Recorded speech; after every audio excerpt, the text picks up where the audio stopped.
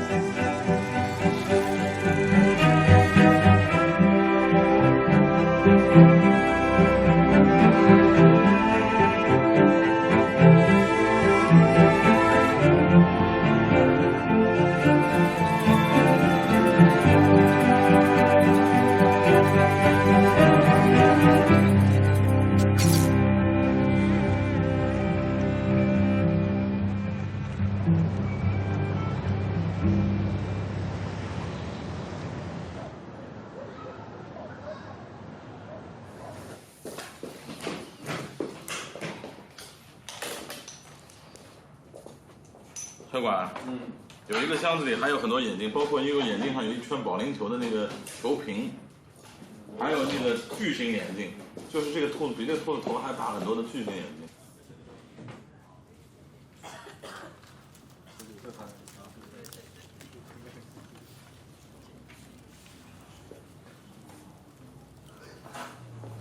来，再拿一个手套。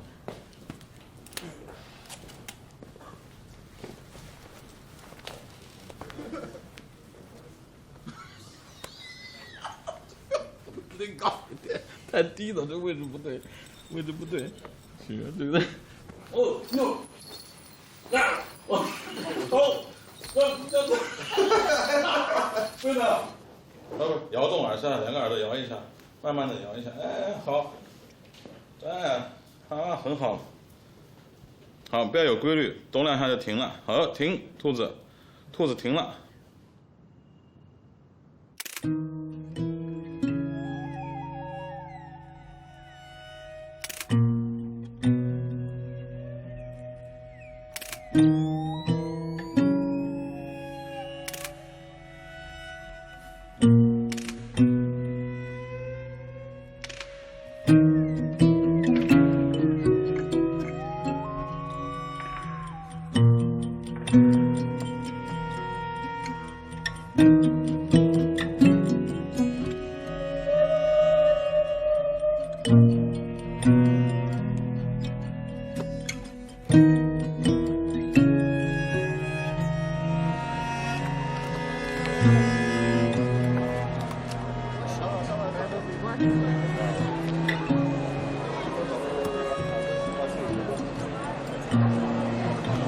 起名叫马良，我说这个人的名字叫马良。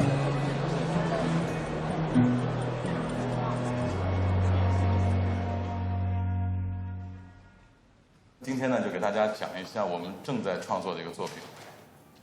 这个作品呢，是一个木偶戏。我小时候因为书很少，我就记得特别清楚。我父亲送我的第3本书叫《木偶奇遇记》。我小时候觉得这故事好棒，木偶会变成真的人，好浪漫。这是我的爸爸妈妈。一个国民党军官和女特务啊，你看还有这张，这是表演在空中非常惊恐的样子，特别是我爸爸的表情啊。他们俩人都是职业的戏剧家，所以他们很快就入戏了。你看还有这张，为什么要放这个呢？我们正在创作的作品。其实跟他们有关。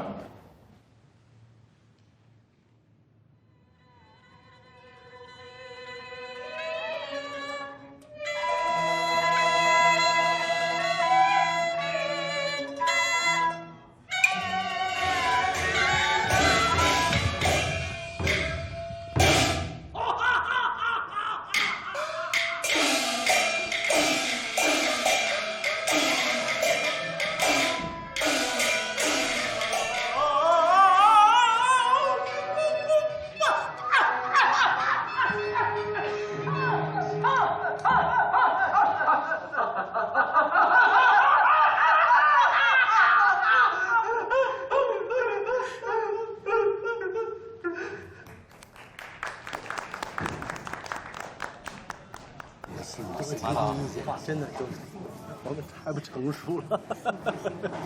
你看我眼泪都出来了，太不成熟了。人怎么走了？我的师弟们真棒！这个状态真对，真好，真好。保重保重，哎，继续努力啊！努力，您慢点走啊！好，慢点，好。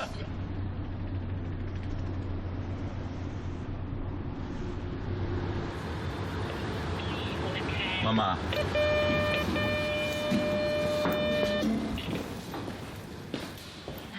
哎，好。多东西拿下来。你干嘛呢？我给你拾掇上屋子。快拿下来。我洗个手。哎呦，这是什么呀？窝头就是那个玉米身子，很难捏到一起。我后来只好抓到一起。吃还是蛮好吃的，很粗粮啊。好吃。著名的导演。著名的导演在家里边让我老婆是骂我这么体罚他就叫骂，教育批评批评教育，引导他。对你好。你戏是导演，生活里有些我必须要领导引导你，你那么糊涂，没人领导你怎么办？哦，就你妈妈领导着，也听你的口气，慢慢你也要领导了。我不领导，你共产党领导，我不领导，领导。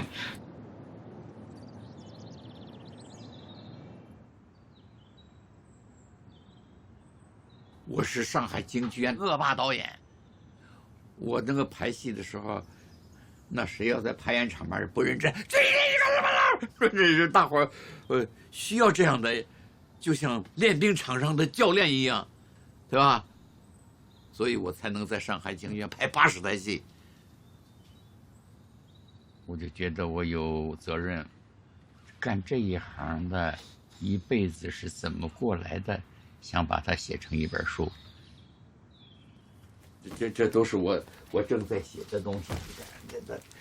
这几个月我就看能不能最后把它整理出来。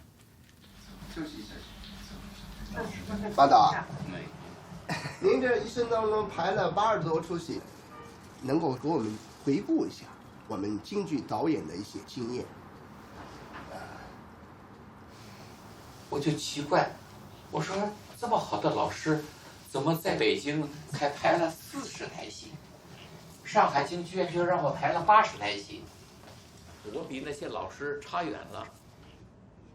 你比如说我对服装的要求，对景的要求，对吧？对光的要求是怎么样的？对，我们想了解这样一种细节的东西。第一场我要什么样的秀？谈来谈去还是谈过程虚的，没谈艺术。人家要的是他怎么进行创作的。天花板上已经有前辈很多老艺术家。记不得了。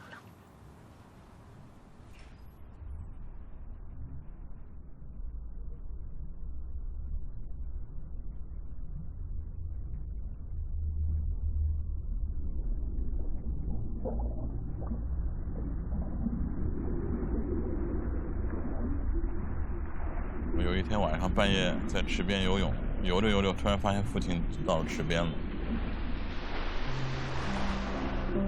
他说：“哎，你会不会浮在水面上？”我说：“爸爸，我小时候你很早就教我这个。”我就演示给他看，我就可以躺在水面上。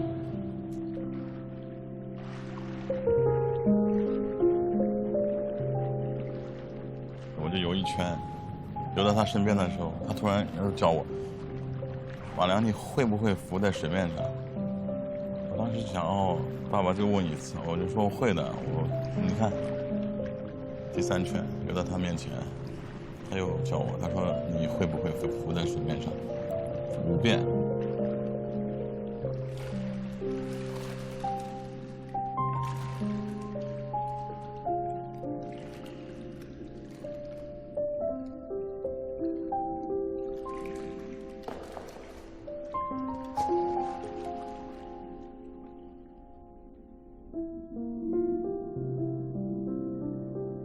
今天的日期告诉我。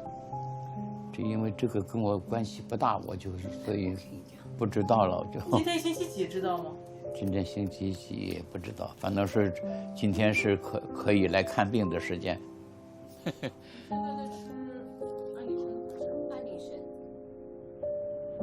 我游泳池里，我不是浮在水面上吗？我就看着满天星空，我就突然想，我小时候答应我父亲做的那个作品。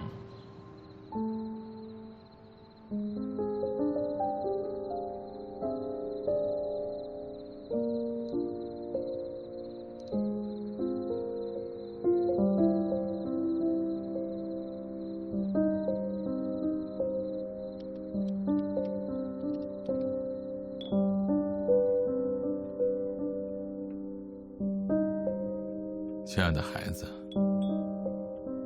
人长大也许就是那么一瞬间，我们突然意识到这世界上没有什么会永远存在。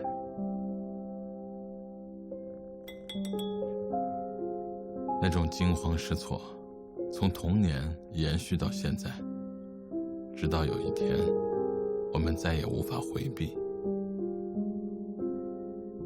该怎么办呢？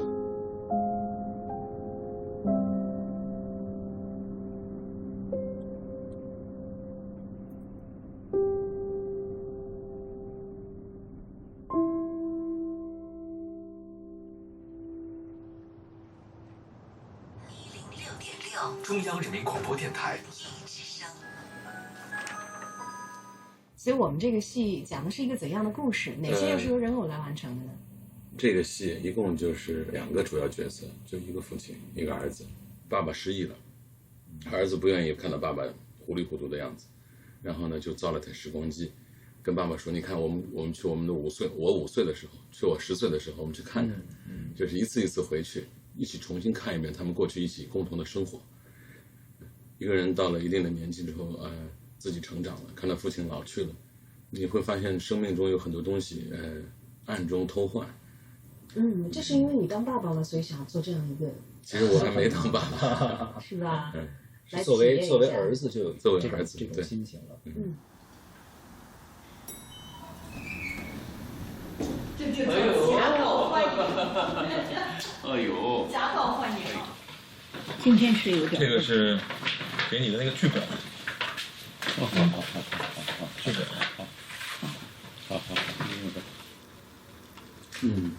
它是一个默剧。没有画，靠音乐。你觉得有什么建议？到时候告诉我。我打电话问你。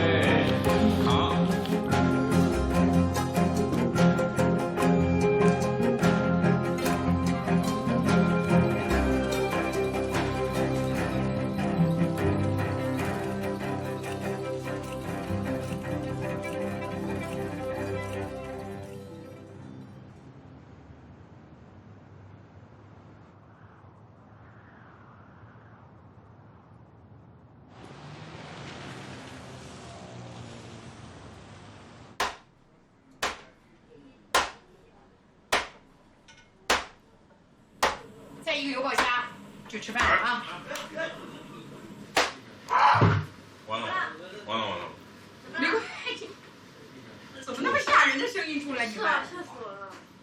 啊，今天是我爸妈的结婚纪念日，没有这一天就没有今天。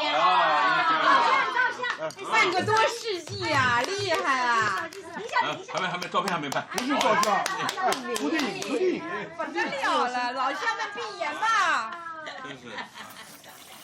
那人家一个人养生来自在大寨口，叫一声列位宾朋把城头，杨凌与我来争那斗，这金丝上发配到郑州。你在这方面也遗传爸爸的有点五音不够全。不是我在我整个童年长大过程里，从来没听他唱过戏。我学的京剧都在外面学的，还不是跟你学的，你都从来没教过我。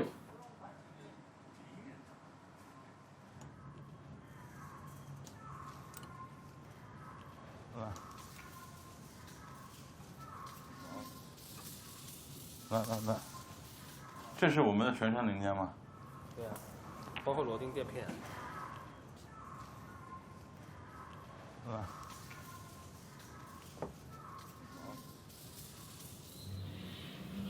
你看他很多木偶那么大的木偶，他的手对吧都是有点问题。我想要的就是这种本身在操作上的吧，这有很多创新的。当然我知道木偶的手肯定是比较好，但是我们现在就遇到这个问题啊。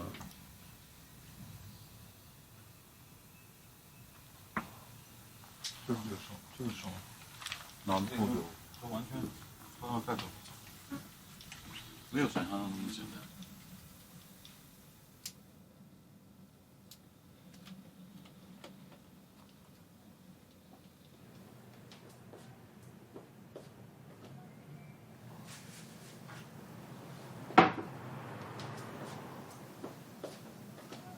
将近10年的时间，我都是住在工作室里。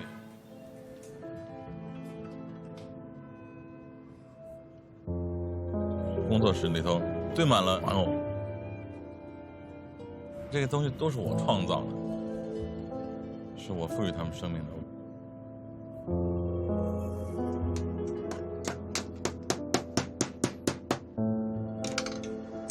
我每天都在创作，我就没有任何1秒钟是属于私人生活。我都过40岁之后，这创作速度和形式全变掉了。然后我也在寻找。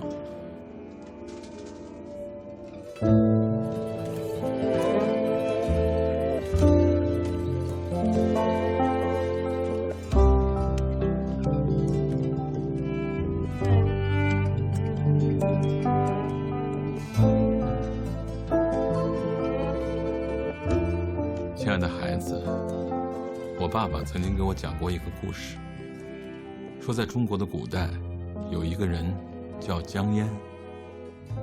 有一天，他做了一个梦，梦里有位仙人递给了他一支笔，醒来以后，他就可以写一首的锦绣文章。很多年以后，等他老了，他又做了一个梦，梦里的仙人对他说：“该把我的笔还给我了吧。”从此，江淹就再也写不出文章了。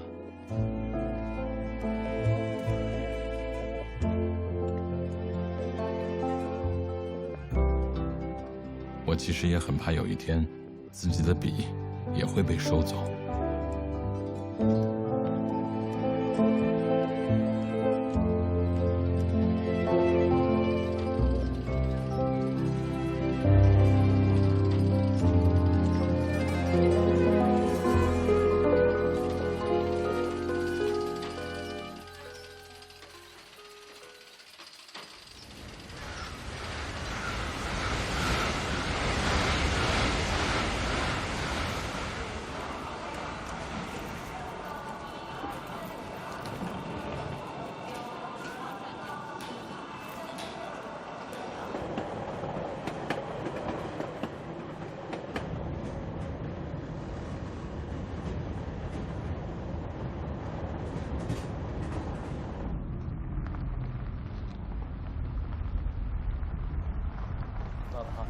哎，婶婶，哎呀，婶子，哎呀，好久不见，哎呀，好久不见了。就是婶子好哈，身体挺好，身体挺好。挺好挺好。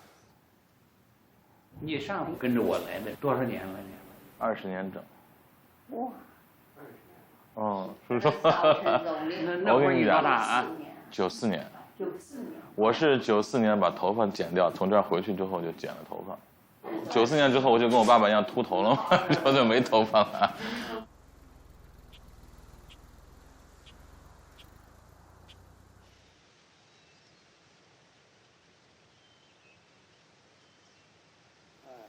我7岁的时候，抗日战争的时候，我们从保定回老家看看。那时候我爷爷就住在这儿，这个位置。从前这儿有一个房子。我也一出去就是几十年。就是。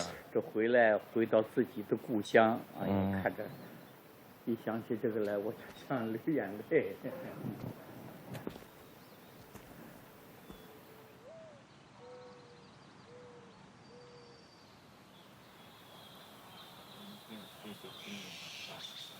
愿你们含笑再久财。我们好好工作，好好为人民服务，好好过日子。对。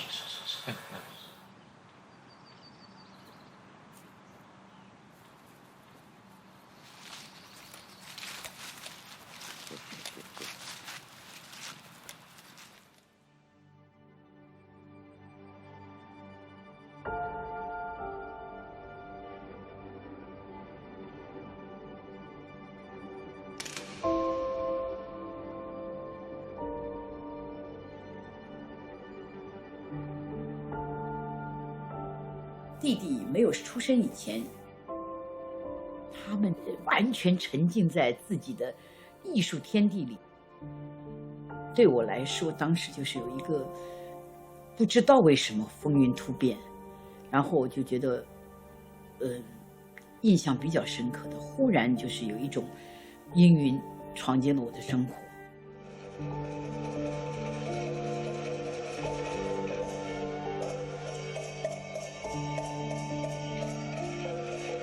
文革那会儿啊，我们老头爱斗，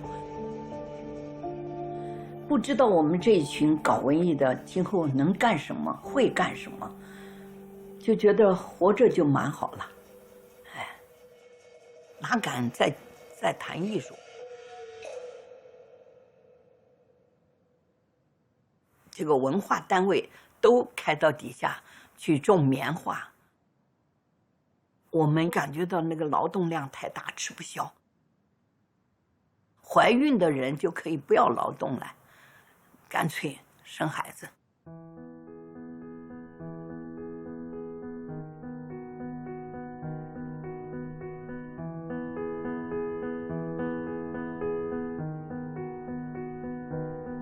我记事的时候4、5岁开始，文革刚结束。他后面有很长一段时间，其实处于一种特别想把艺术青春给补回来，不太跟我讲话，除了打我。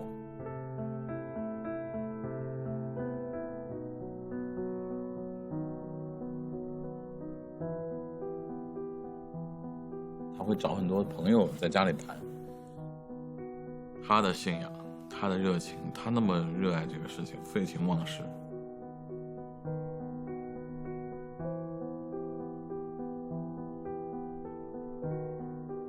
我想我将来有事业，我要这样跟他合作一个作品，你会觉得只有合作过更亲密。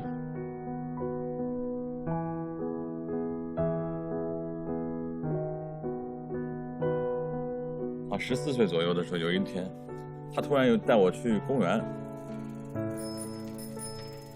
我刚刚会骑自行车，然后他呢也就在旁边陪着我。我父亲那天突然就跟我说话了。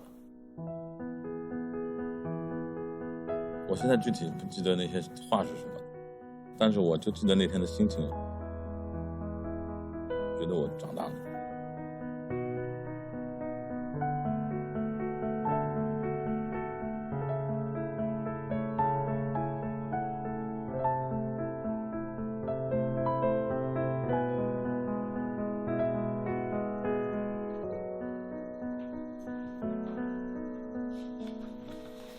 我们俩很久没在一起看书了，以前一起看过的，在那个阁楼上。那时候妈妈进来听着嚷嚷，对，你们还不睡啊？好了，你儿的胡子也白了。胡子白了，你瞎说的。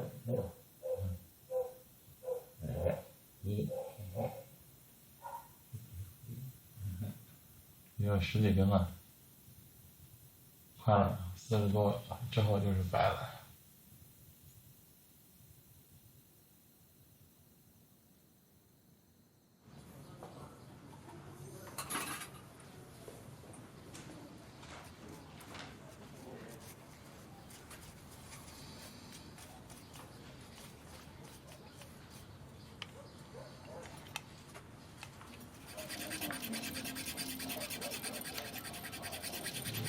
你现在这场的木偶虽然到里面是弹簧，但是这个节奏注定做不了弹簧。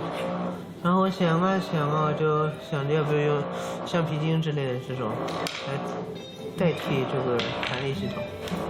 那还有个就要坐在下面，绕在手指上。对，可以用这个方式。这里是应该固定的。啊，对吧？啊，对。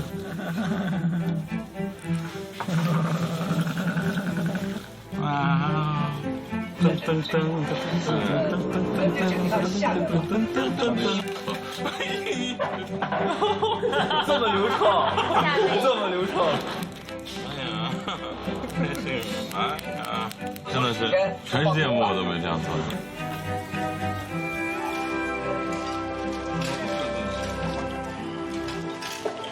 那我真的不累，真的不累，太好了，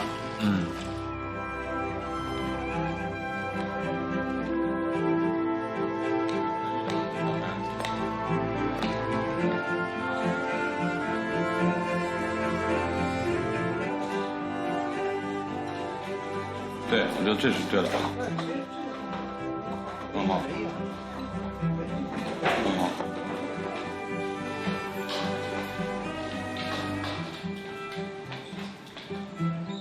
来吧，别害羞，别害羞了，来吧。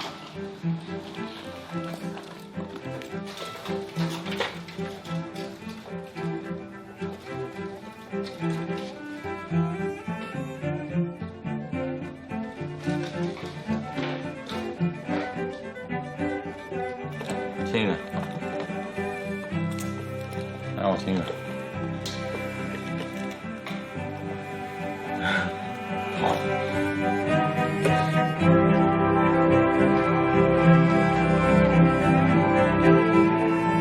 亲爱的孩子，我真想用尽全身力气，所有的情感，去做一件事情，去爱一个人。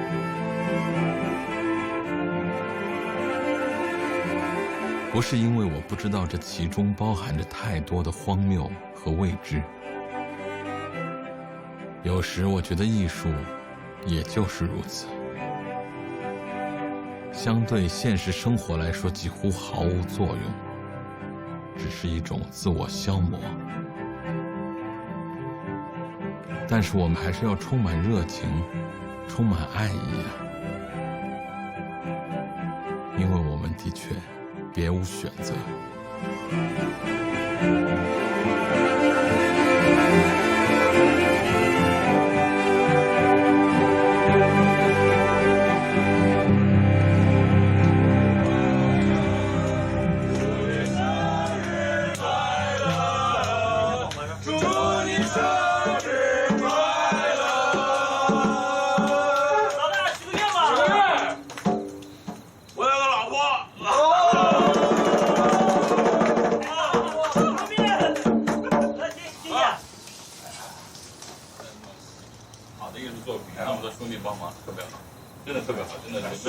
你们帮我特别多的忙。今天要喝酒，主要是借着我的生日之名，我要好好谢谢。好，谢谢。干，必须干！必须干！干！来，干了！谁现在几岁？22。我们2个同年。22。对。他妈真年轻，就是。你他妈都算是了。你以为我还小你？哎呀，我在我心中你是25岁以下的，他妈的，你都算。当年戴眼镜的小李。为了我们永远不会逝去的青春，没有不会逝去。我们的青春逝去了，可以用小鲜肉不会了。好伤感啊！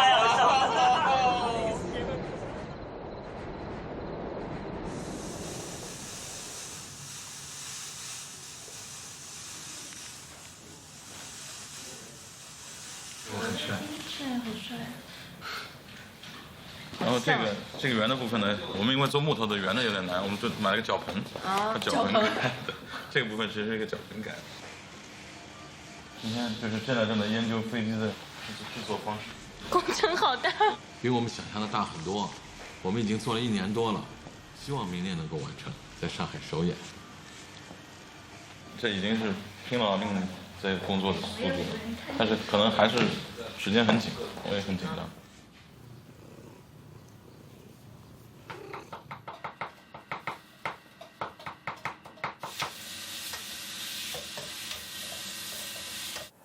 咱们俩就等我那个连排的时候，你帮我去坐正几天。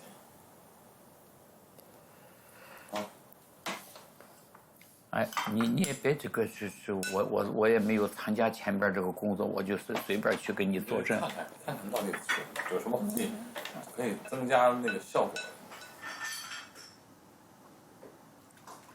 哎，你比方说，咱们俩要合作呀，有什么原则？比如说是有了争论了，有了不同的看法了，爸爸结果你不高兴了，不成了，然后你就服从了，哎。咱还有个什么办法？好像哪有一杆什么秤似的，这么一闹就理解了。哦，这个是我对的，我再不高兴，你不服从，我也不会生气。这个一看就明白。我本身我不是做戏剧的，觉得你们是做戏剧的。我这一辈子从小也在舞台上长大，我很想做一个戏剧。这也是我自己长久以来想跟你合作的一个愿望。合作者有。比这父子还不用解释了，但是呢，我又怕，他们也把想谈开了，想透了，咱们在一块合作。A projector has different lenses. Once we have a set design, I can tell how far we have to put projectors.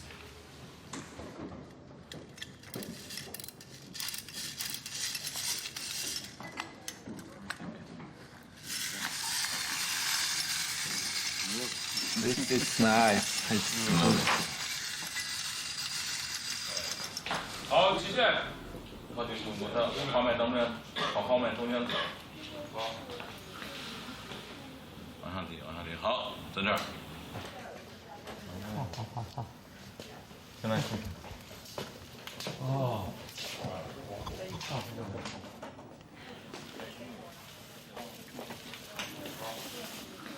走啦！爸爸，我好像慌了，车子慌了，哎呀，好，我帮你扶住。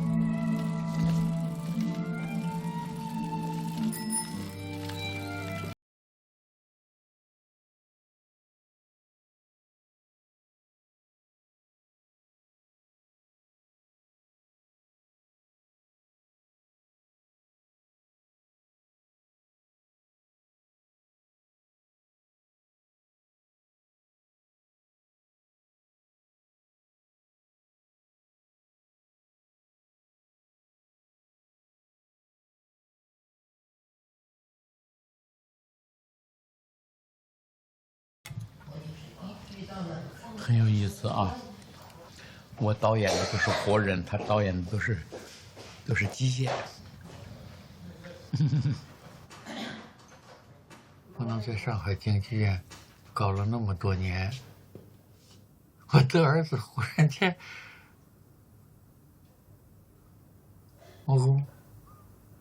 他开拓了一个新的领域啊！不光是献给他的爸爸，他献给这个世界呀。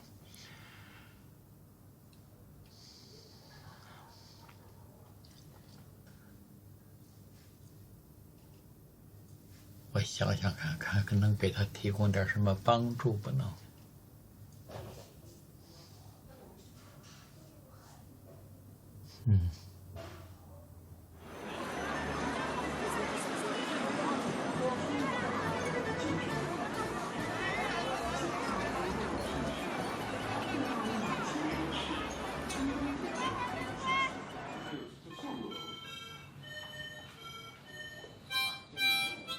肩举前还是肩骨前？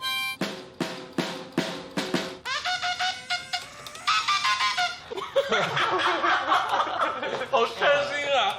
好好的弹两下，还是可以演奏的。这是个比较复杂的乐器。春节之后，我们所有的新的同事都到了。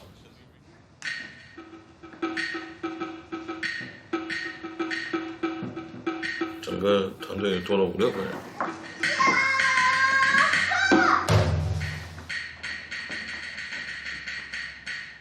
然后呢，我们又多了一个副导演。觉得会不会再高兴一点？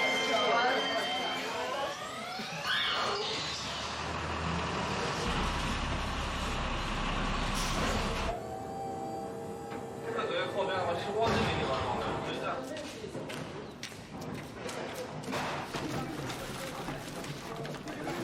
他最早是因为也不知道要多久才能做这么一个戏嘛，然后他觉得别人花3个月，那我们花6个月应该能做完了吧？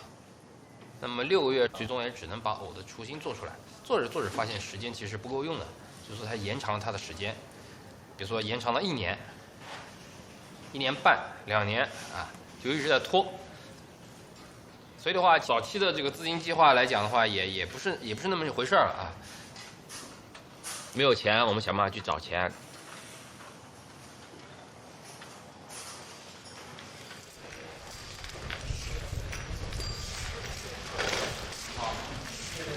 我们今天开始啊，今天是我们正式排练的第1天。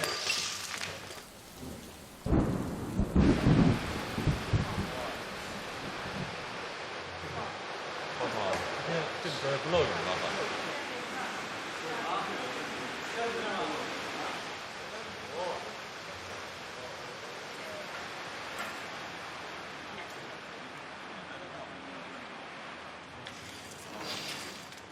各就各位，有声音。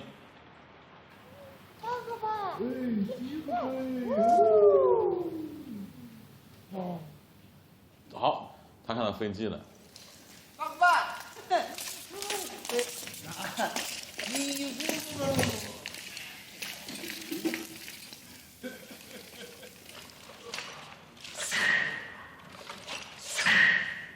慢啊慢。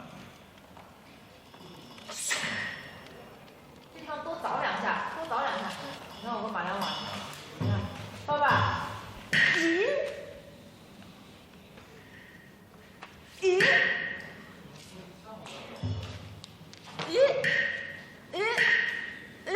就是你要。可以玩啊这个。咻，咻。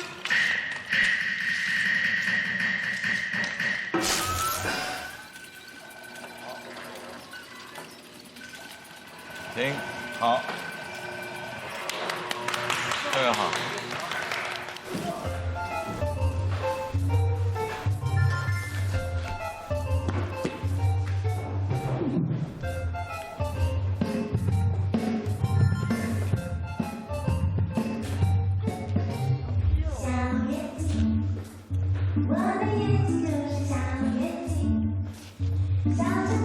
来，这么。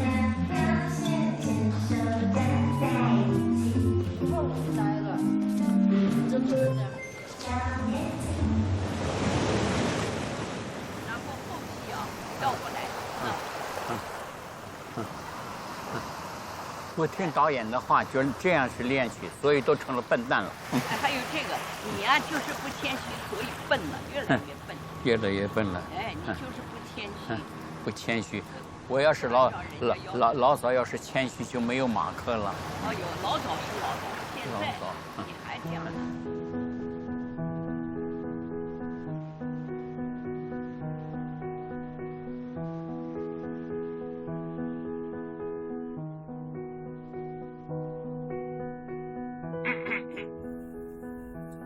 我想请父亲来看我的戏。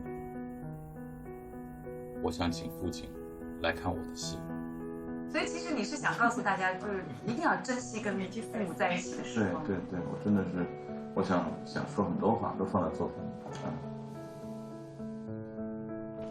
那么这个故事，爸爸是一个飞机操作员，儿子造一台时光机，这个儿子沉迷于一个这样的实验。儿子呢，每按出一个时空来，就代表了一个生命中的父子之间的一个意义。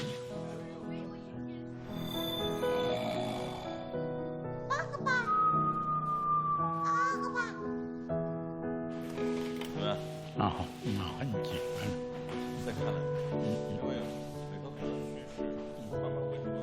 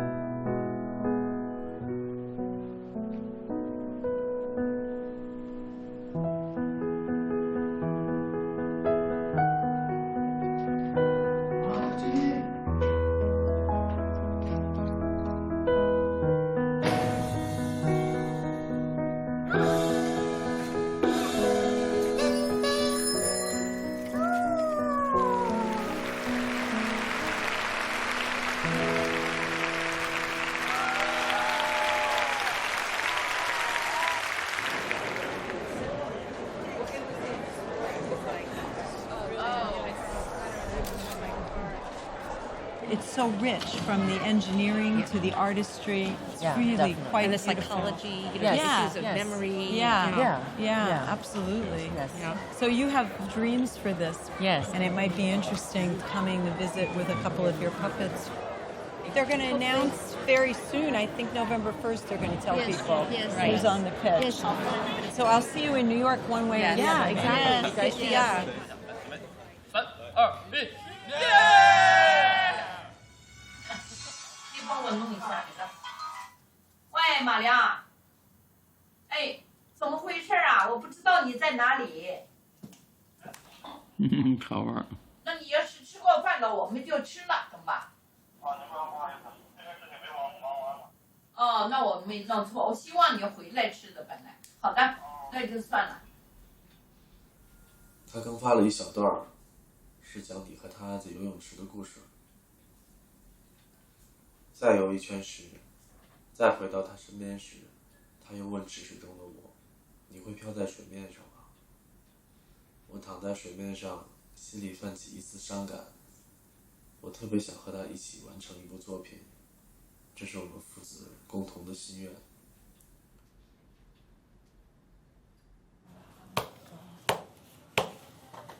12年吧，应该是轻度的偏重的，现在是中度了。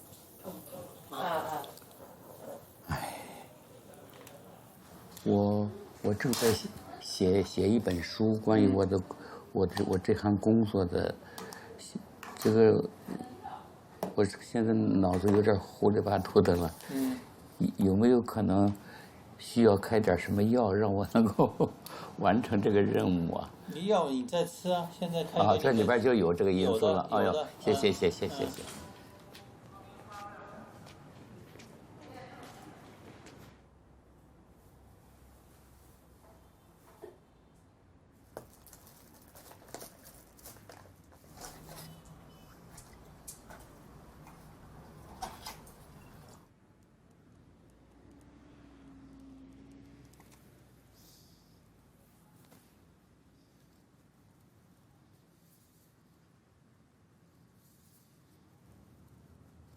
这个作品到现在为止已经花了很大一笔钱，而且呢，要到它真正完成，还要花很大一笔钱。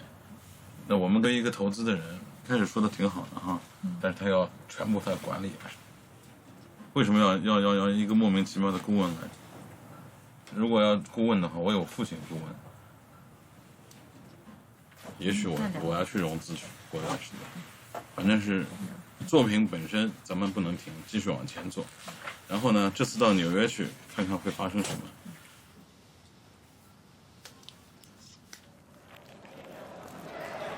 箱子什么在哪里呢？箱子在哪儿呢？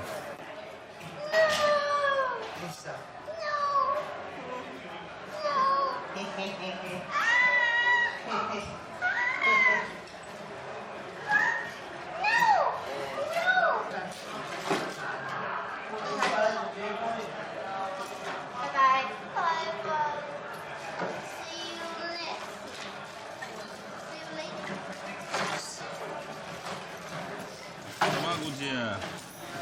好可怜啊！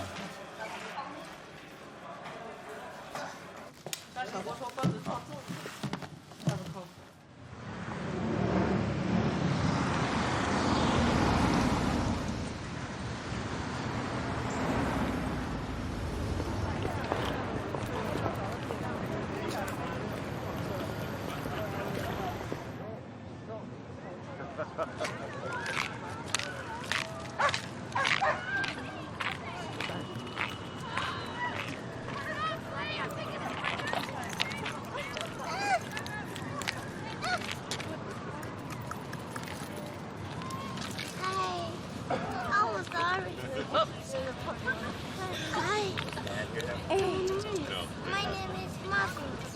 Marcus? Yes, Marcus. What's your name? My name's Azalea. Cody, come here. Cody. What a beautiful name. Azalea. Thank you. Oh, Bye. Bye, Bye. Bye, guys. Take care.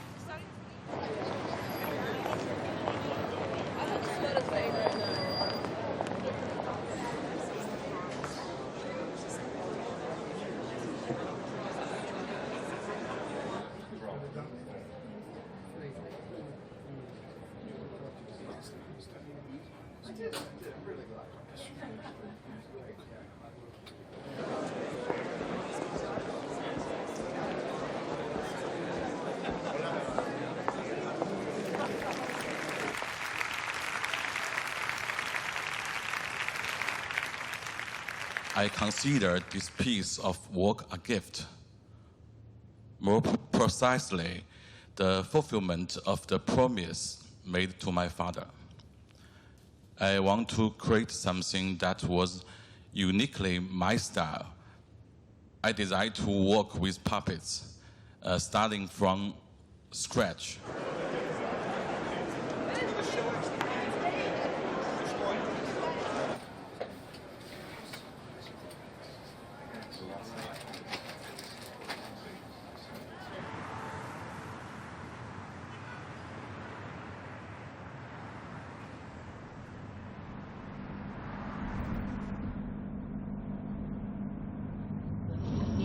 作什么时候完呢？还有1年不到。还有1年啊？10月份。什么戏啊？这个戏啊，那今年又完不成了。他讲快乐，我就以为。你知道什么戏吧？就木偶戏，我的父亲啊。你写的那个这本不是看了？看了。这比我还。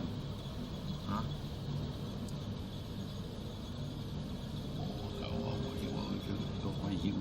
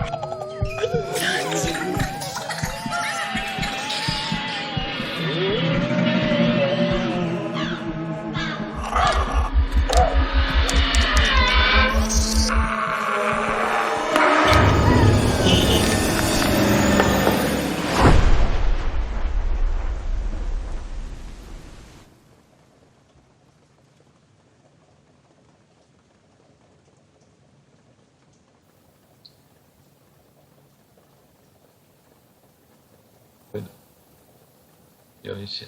首先第一点，哎呀，越来越发现可能父亲参与的这个作品的可能性并不多。父亲现在身体有点问题，担心。唉。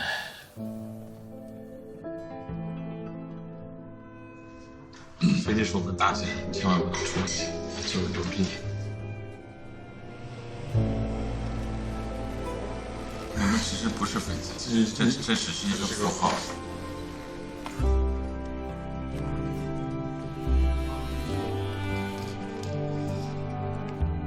爸爸是一个飞机操作员，然后呢，观众就会误入歧途，觉得飞机只是他们回忆的一部分。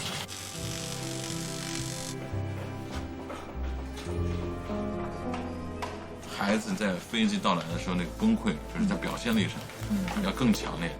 让观众在那一瞬间猛地意识到，这个飞机是他们两个人一直都不愿意提及的那个真正的飞机，就是死亡。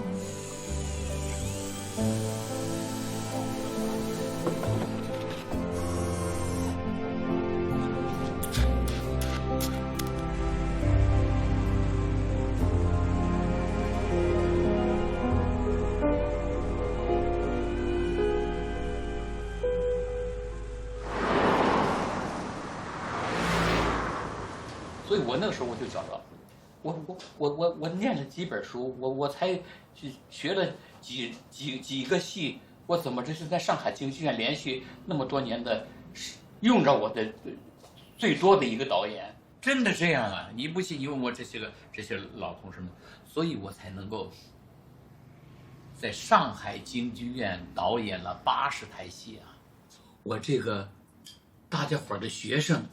才能够在上海京剧院来几十年排了80台剧目，80台。好啦，我现在是生活啊，就是啊，在生活我就想我没有特殊的智慧才能，我就像咱们革命部队打仗的那个班长排长在前线作战的时候人一样。哎，你投降敌人，我当时就可以枪毙你。又来了，哎，又来了，所以说这么不可以啊？当然有这个有那个。你说这些问题，我要是会谈，真有这些个问题，对吧？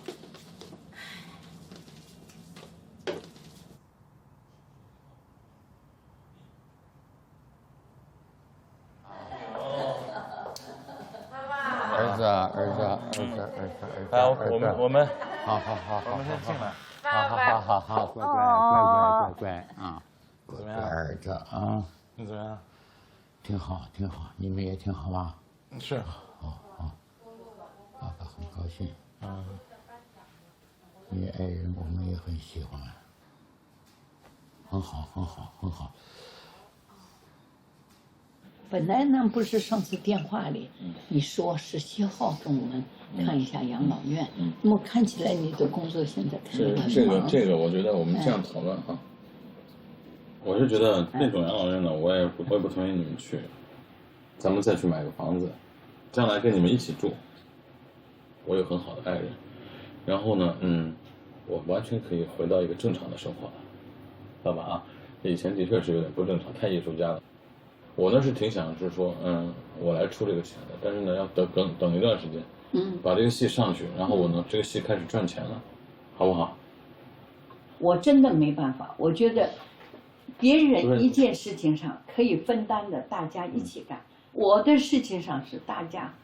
等于我一个人包，你不要哭。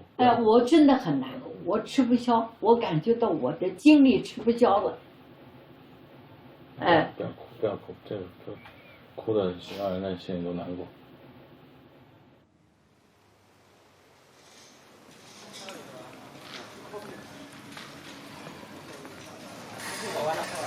他就这样子侧往后走。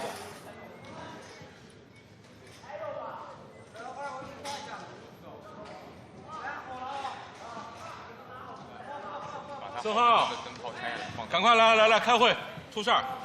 有多少灯？百分之多少？我们现在没有，这很大的问题，很多灯都不能用。他们去厂里头，他刚发现这个问题，报告的晚了。三杆解决以后，但凡这个剧团里面有钱进来，我肯定想让大家能够继续聚在一起，把事情弄了。但问题是这个钱没赢。如果后面没有任何转机的话，那等于什么？等于就结束了。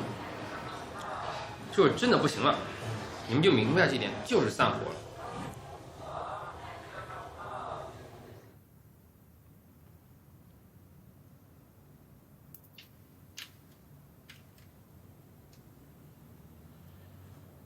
有2种选择，一种就是我不做作品，陪在我父亲身边，1年不干活，每天都陪他看书，也是一个孝子。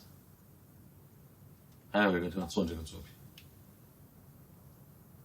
除了让父亲高兴，还给这世界一些美好的东西。可是这世界一点都不美好，根本不值得这样做。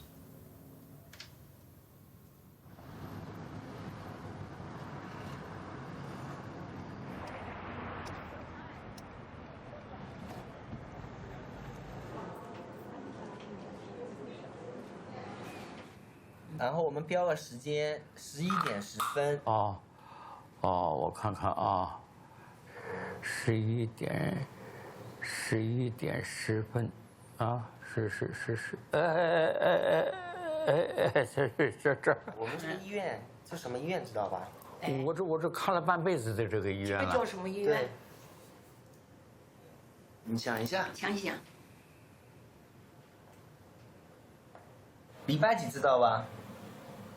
今天礼拜几？啊，因为现在我一直不上班了，我这个所以说我就都不糊涂。哪一年呢？今年是哪一年？我过去是脑子很清楚，过去我就是一个导演，是管一个剧院的工作，我干了几十年的这件事情。我这个工作就是指挥着一大堆人创作一个戏。脑子总归是这，现在就是这个自己糊涂的，我演出这个戏，我这个工作就是这样。现在我从前呢，等不讲从前，排戏的时候哪个演员忘了词儿，我不用看本子，告诉他这。现在我就是成这样。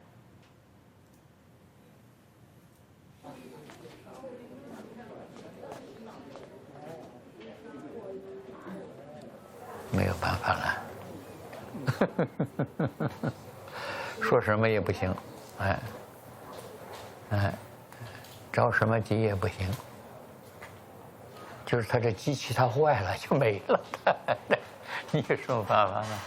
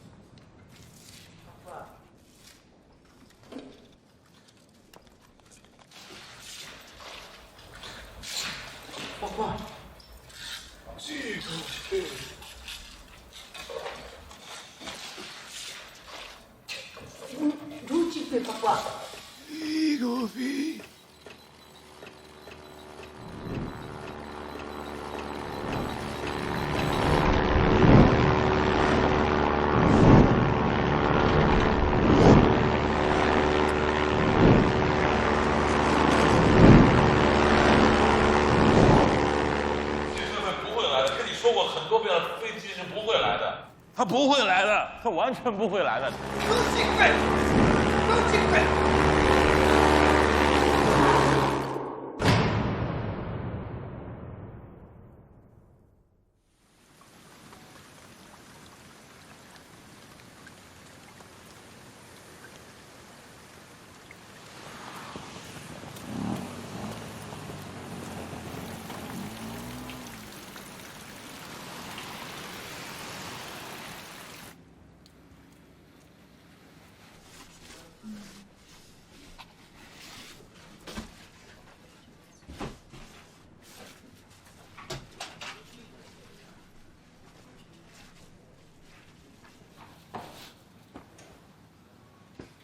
我从前的旧书报纸，跟马良说好了，说是他去处理去。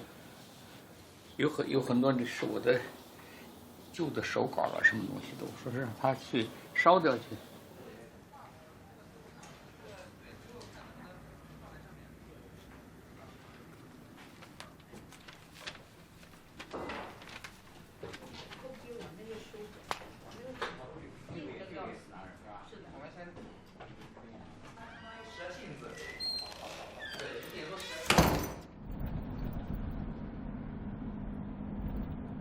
敬告诸亲，我俩搬入清河园爱养之家，开始了人生新的旅途。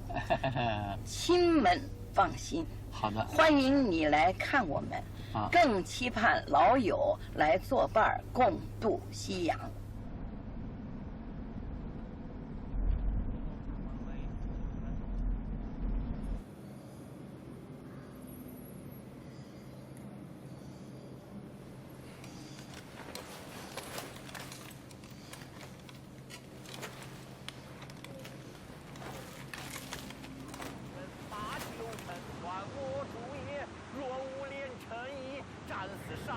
也心甘一封血书，mang siêu man。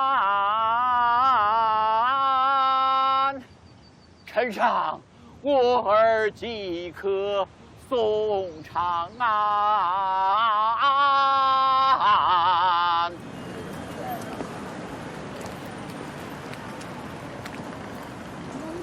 来吧，这一趟。好，这儿了啊，放了啊。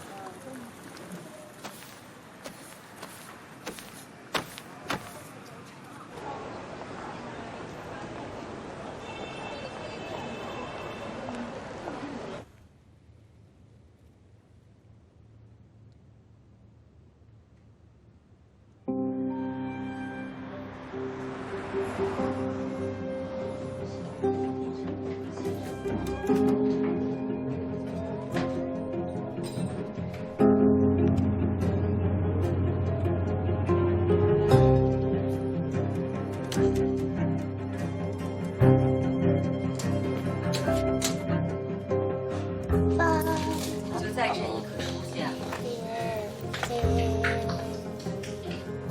热身吧。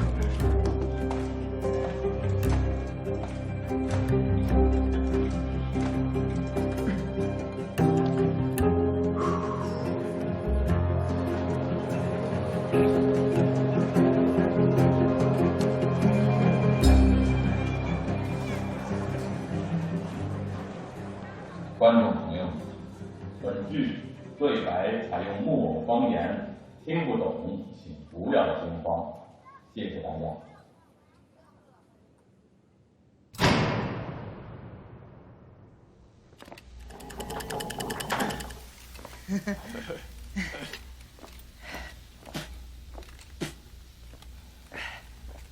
老婆，不。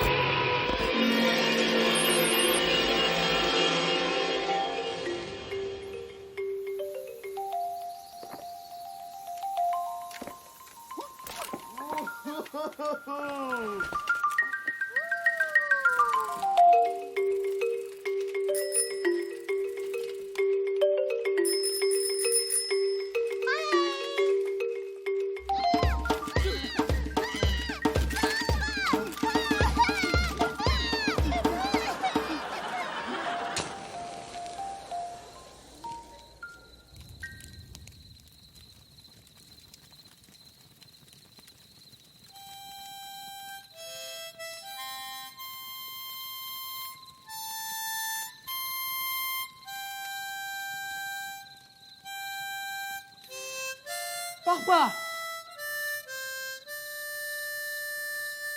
爸爸，我估计，爸爸，几乎飞，几乎飞。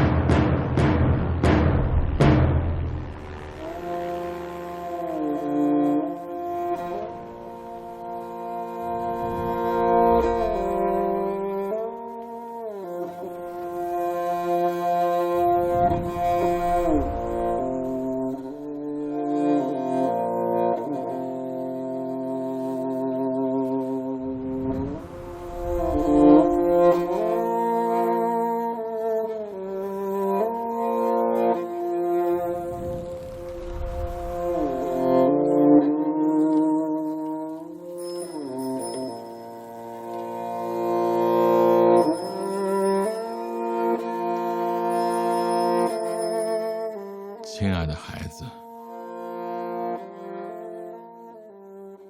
我一直以为，生命中有些重要的事情，即使它被吹灭了，我们还是可以用热情去点燃它。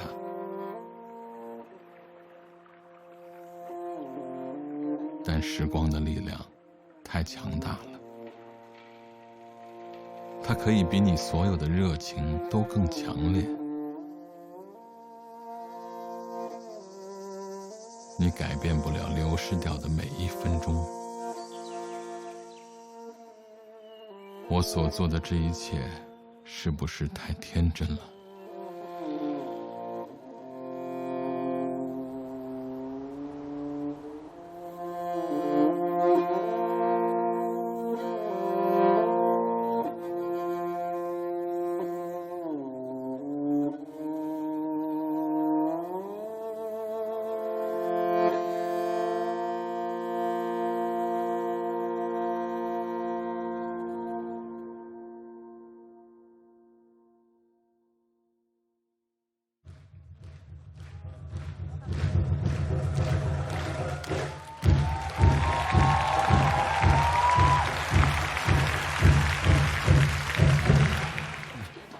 有事你去吧。没事，我送你走。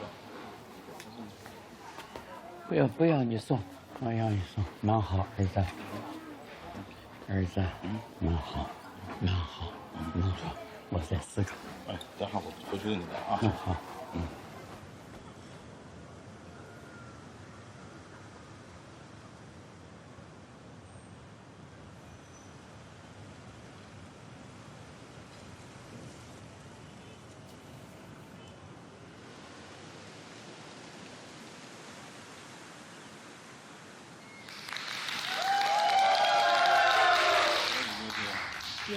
让你们准备手机了。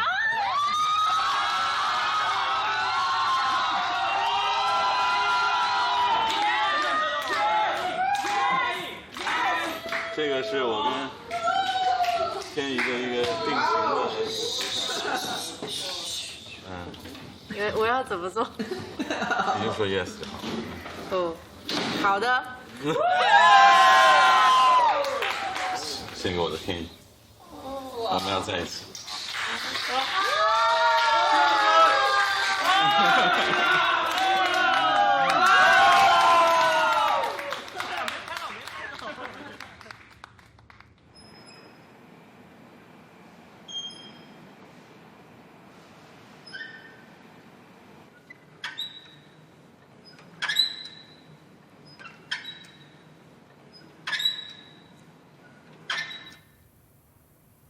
如果说再有什么国外了，或者是哪个地方有什么重要邀请，我觉得还是应该再演下去，不必要放弃。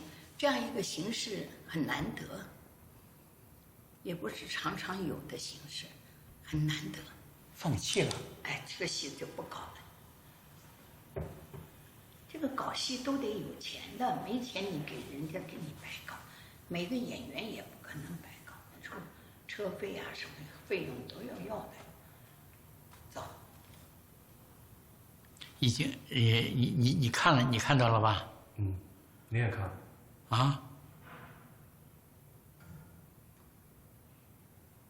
我也看了。我怎么不知道我看了？爸爸的时光机啊！我有这么糊涂吗？我好像是。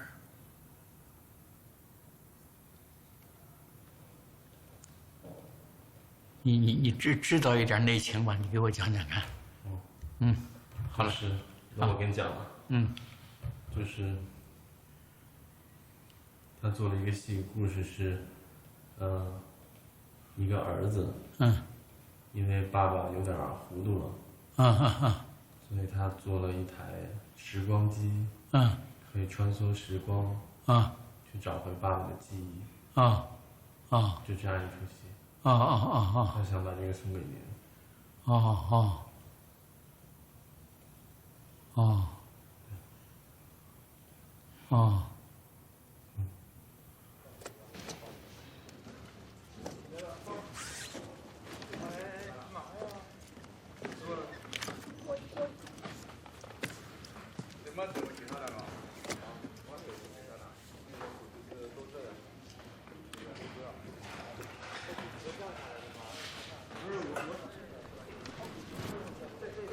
后还他妈有这种，在这儿你把你们吃点。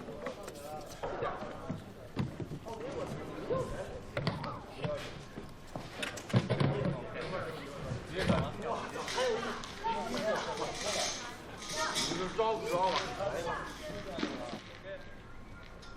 再看看别的。开吧。来签一下。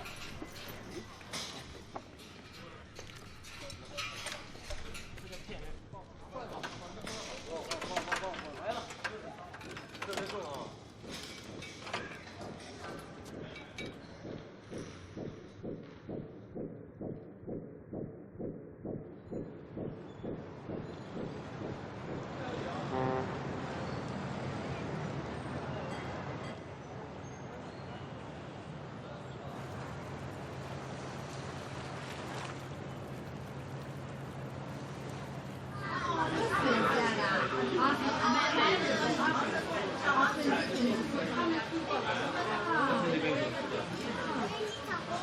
谢谢所有亲朋好友来出席我们登登的100天那个大庆的日子。对，非常感谢大家。哎呦，哎呦，人家哭了。等等，没事啊。大这是？没事的。对，这是我女儿。哎呦，你都不知道吧？哎呦，你儿子都当爸爸了，你看。喊爷爷，喊我。还要喊的。我们也照个相。哎呀，别放我上去热。这抓紧去。放进去。哎呦，啊，我们这里要照一下。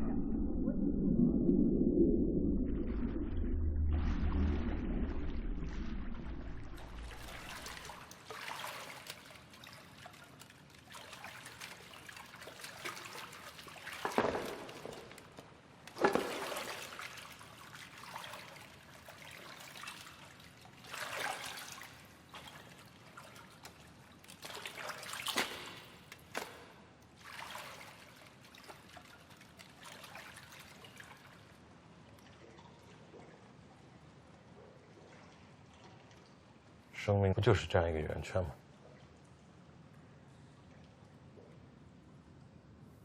你看我做这个戏刚开始，因为爸爸老了糊涂了，然后做到最后1年以后，孩子出生，就是像一个生命的圆圈。然后孩子出生，我把孩子抱到我父亲面前，我父亲说：“这是谁啊？”我说：“这是你的孙女儿。”哇，特别高兴。然后过一会儿。抱着孩子出现在父亲面前，我就说：“这是谁啊？”“这是你的孙女儿。”我已经特别不再为这件事情就很烦恼了。刚开始我要说第3遍的时候，我可能心里头很痛苦，已经脸上虽然不表现出来，但我心里头就很难受了。我想我父亲已经糊涂了。那我现在其实已经非常的，我就觉得我可以一次又一次的告诉他：“这是你的孙女儿。”10分钟以后，我告诉他：“你看这个小孩，你看，这是谁呀？这是你的孙女儿。”哦，特别高兴去亲，然后我们去抱开，10几分钟之后，把他抱到父亲爷爷面前：“这是谁呀？这是你的孙女儿。”啊，我觉得这一次又一次，我就觉得很开心。我觉得一次又一次的告诉我的父亲：“这是你的孙女儿。”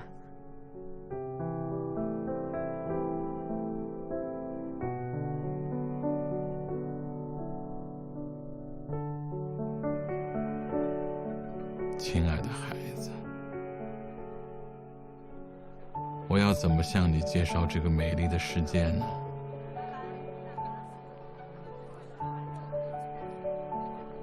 一夜是生，一夜是死，一夜是欢乐，下一夜就是痛苦。一夜是成长，一夜是衰老，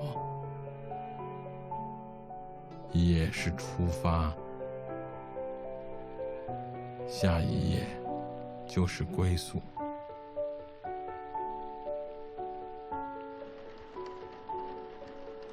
我写下这些你出生前的故事，那里有爱你的人们，还有我们造的那台时光机。